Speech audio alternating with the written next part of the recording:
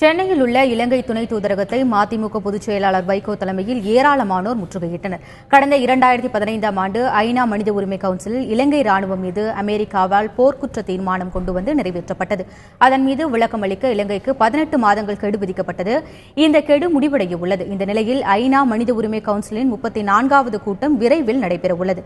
அதில் போர்க்குற்றம் மீது விளக்கமளிக்க மேலும் 2 ஆண்டுகள் அவகாசம் கேட்க இலங்கை முடிவு செய்துள்ளதால் இதனை கண்டித்து மதிமுக பொதுச் செயலாளர் வைகோ மற்றும் வணிகர் சங்க பேரவைத் தலைவர் வெள்ளையன் உள்ளிட்டோர் சென்னையில் உள்ள இலங்கை துணை தூதரகத்தை முற்றுகையிட முயன்றனர்.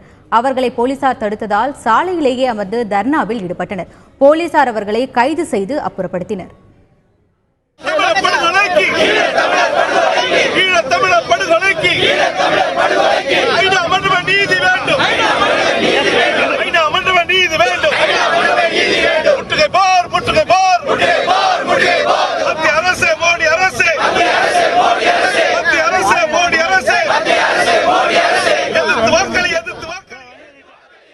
முன்னதாக செய்தியாளர்களிடம் பேசிய வைகோ மற்றும் வெள்ளையன் ஆகியோர் மத்திய அரசு இலங்கைக்கு ஆதரவாக நடந்து கொள்ளக்கூடாது என்றனர்.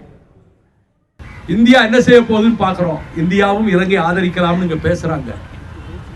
இதனாலே ஒன்றை மாத்திரம் நான் தெரிவிச்சுக்கிறேன். இந்த ஓட்டெடுப்புல இந்தியா ஓட்டெடுப்புல கலந்துக்கிடாம நடுநிலை வச்சு ஏமாத்துற வேலையை செய்யாத.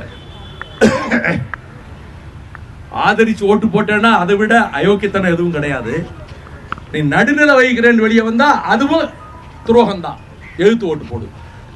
2 வருஷம் டைம் கொடுக்கணுங்கிறது மட்டும் இல்ல, இலங்கை சர்க்கார் அனுமதி பெற்றுத்தான் யாரும் விசாரணைக்கு உள்ளே நுழைய முடியும். புரகாரம் கையிலேயே எல்லா அதிகாரத்தையும் கொடுத்துட்டாயா? என்னையா பண்ணுது உரிமை கவுன்சில்? எங்கயா நீதி இருக்கு? ஒரு இனப்படுகொலை நடந்திருக்கிறது.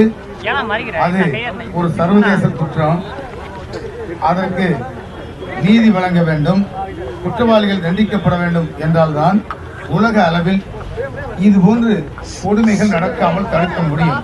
மாறாக இதை அப்படியே விடுத்து வேடிக்கை பார்த்துக் கொண்டிருந்தால், காலம் தாழ்த்தினால், குற்றவாளிகளை தப்பிக்க விட்டால்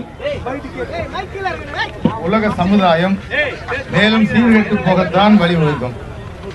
அதைத்தான் நாம் இங்கே வலியுறுத்துகிறோம்.